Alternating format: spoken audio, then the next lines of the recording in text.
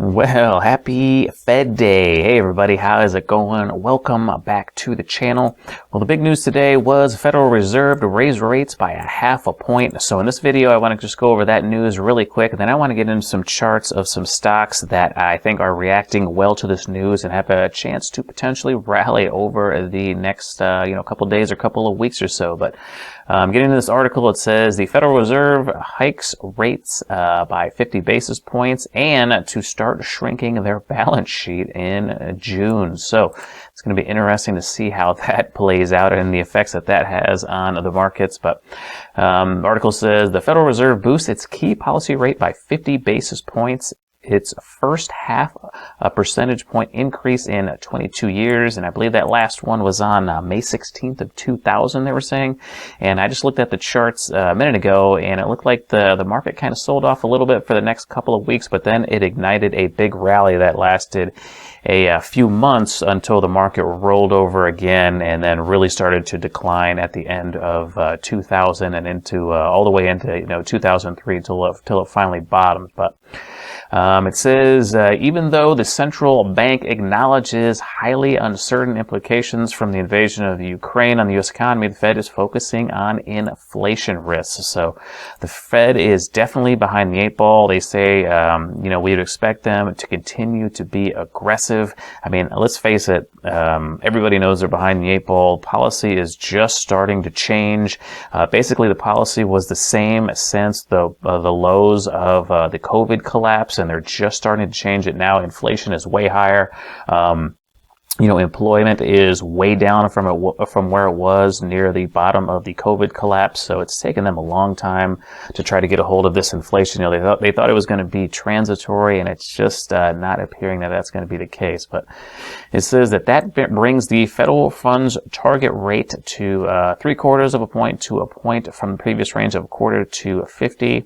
And recall that in March, the Federal Open Market Committee increased the rate by only 25 points as it began to remove the extraordinary monetary policy accommodations it implemented soon after the pandemic from March of 2020.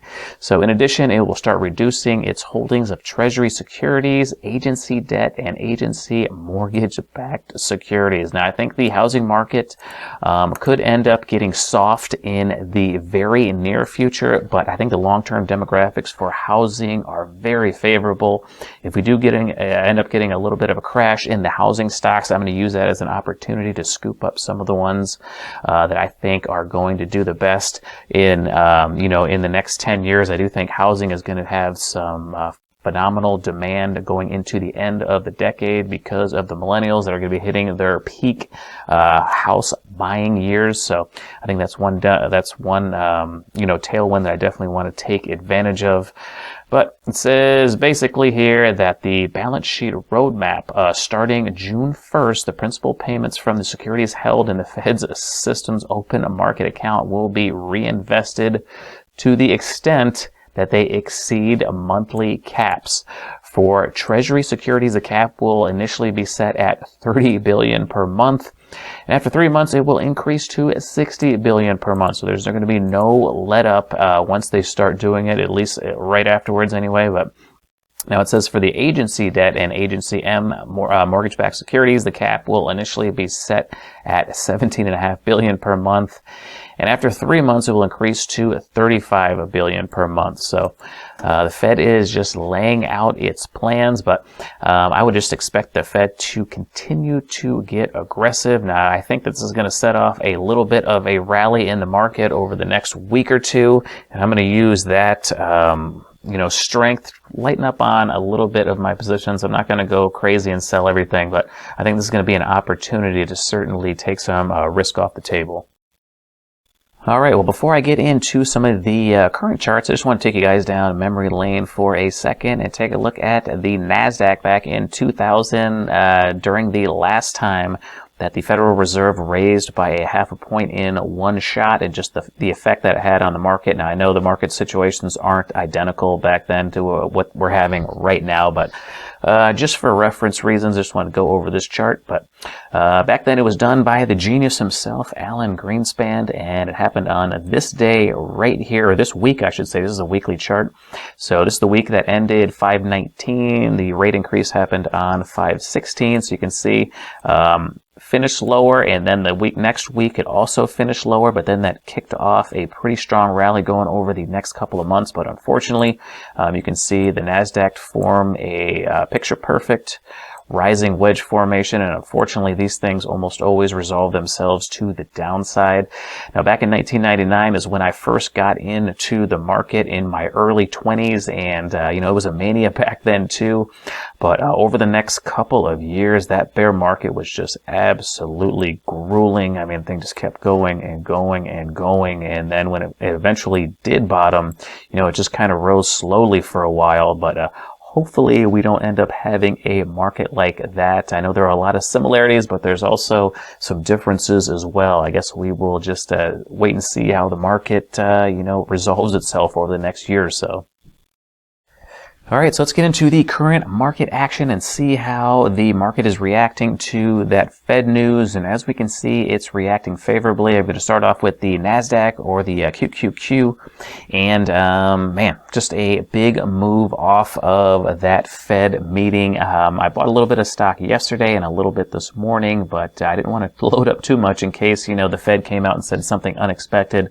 But this move above this 8-period exponential moving average is exactly what I was looking for. I'm thinking we're probably going to end up kicking off a multi-week rally because the market is just so oversold. And if I bring up the stochastic indicator down here, you can see it's having a very sharp move out of the oversold territory. So I'm guessing we're going, at the very least, going to get a move up here to the 50-period simple moving average before it's all said and done. If we had a massive reversal at this point and ended up taking out this low, that would be quite surprising to me. Anything can happen. There could be some really bad news that comes out, but I think odds favor definitely the path of least resistance is to the upside. Now, I don't necessarily think it's going to be a straight up shot like this. I mean, I wouldn't be a bit surprised if we had, something like this happen in the market where we had a sharp move up, a little bit of a pullback, and then a, multi-week rally. So, don't necessarily expect the market to just go straight up from here. I wouldn't be a bit surprised if it kind of has to do a little bit of a, J-hook pattern for a couple of days before it ends up taking off. But, honestly, I wouldn't be surprised, if we did get a sharp move straight up because we are that oversold. So let's take a look at the spider, the S&P 500. We can see the S&P 500 looks even stronger, so that is a great sign. It's almost up to the 21-period exponential moving average already. So it's S&P 500 is looking great.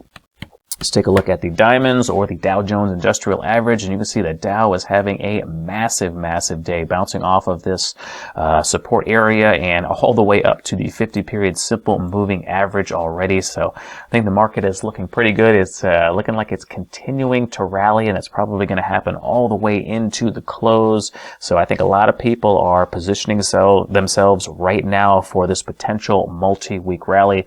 Everybody knows the market is way oversold, so everybody's trying to, get in at the time that it's appropriate for them. Looking at the IWM, you can see the IWM is breaking above this box right here. That is a great sign for the IWM, so I would expect that to also at least make it up to the 50-period simple moving average. So the market definitely taking this as great news, and all the averages are looking good so far. All right, so let's get into some nice looking charts now. But before I get started, just please remember, I'm not recommending any of these stocks. I am not a financial advisor. Please make all of your own buying and selling decisions. I'm just trying to show you the best looking charts that I see in the market right now. And a day like this is probably littered with some fantastic charts. So there's no way I saw all of them. If you guys know of any nice looking stocks that are setting up, please leave it for me down in there in the comment section. I really appreciate it when you guys do that, because I check out every single one one of them. And also, I do have a Patreon group. If you'd like to be a part of our small Patreon group, it's only $9.99 a month. I put out a pre-market watch list video on the Patreon page before every single trading day, and I'm in the Discord every single day. So if you have any questions, you can always get a hold of me. But let's get into these charts now. The first one I want to go over is Carnival Cruise Line, ticker symbol CCL. You know, as we can see, Carnival Cruise Line has been trending down over the last week and a half or so, but we got some bottoming tails starting to form, and this thing looks poised to jump above that 8-period exponential moving average, that white line, and then break this downtrend. You know, that's what we're waiting for after a downtrend. Nice little pop above that 8-period exponential moving average. You want to see a cluster. Ideally, you want to see a little cluster of, you know, the stock trying to carve out a bottom, and then a pop above that 8-period, and then hopefully you can ride up the uptrend if it does happen. But travel and leisure are looking pretty good at the moment, so sticking with that theme. Next one is Norwegian, NCLH. Norwegian Cruise Lines, you can see the same exact thing. Almost looks identical to Carnival. Surprise, surprise, they're in the same industries. That happens a lot, but you can see we got some nice looking bottoming tails, and this thing looks ready to just jump above those moving averages and challenge that 200 period simple moving average again, right around 2280-ish. So Norwegian Cruise Lines looking pretty darn good.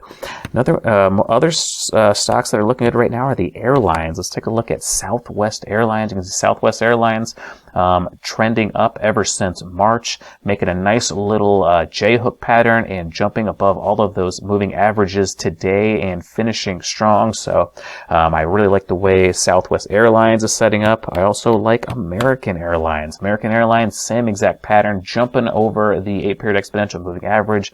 I might have to play some options in these airlines going into Friday, because I would expect the airlines to do well if the market does rally. And usually these options are pretty cheap in these airlines. I've traded them many times before, and I usually do pretty well on those. But let's take a look at United Airlines. United Airlines, probably the strongest of the group, just kind of consolidating up near the highs right around $52, and it looks ready to break out. So United Airlines looks really good as well. Last but not least is Delta Airlines. Delta Airlines, same exact thing. Nice little pullback starting to form that J-hook, and it is jumping over that 8-period exponential moving average right now. So Delta Airline looks pretty good. Another one that looks kind of good is Plug Power. You can see Plug Power starting to make a little bit of a J-hook pattern underneath the 8-period exponential moving average, but it is jumping over it today. So Plug Power can be a fast mover, so this one is definitely on my watch list. And a bank that is on my watch list is Wells Fargo. You can see Wells Fargo had a nice little false breakdown right here, a jump right back above this previous low, and now it is moving sharply above that 8-period exponential moving average. You can see Wells Fargo is deeply oversold as well. But those are the ones that I wanted to show you guys. Just want to end the video now before it drags on too long. Like I said before, if you guys know of any good looking charts in the market right now, make sure you leave them for me down there in the comment section. But I'm going to end the video right there. Thank you so much for watching all the way to the end. And until next time, take care, everybody.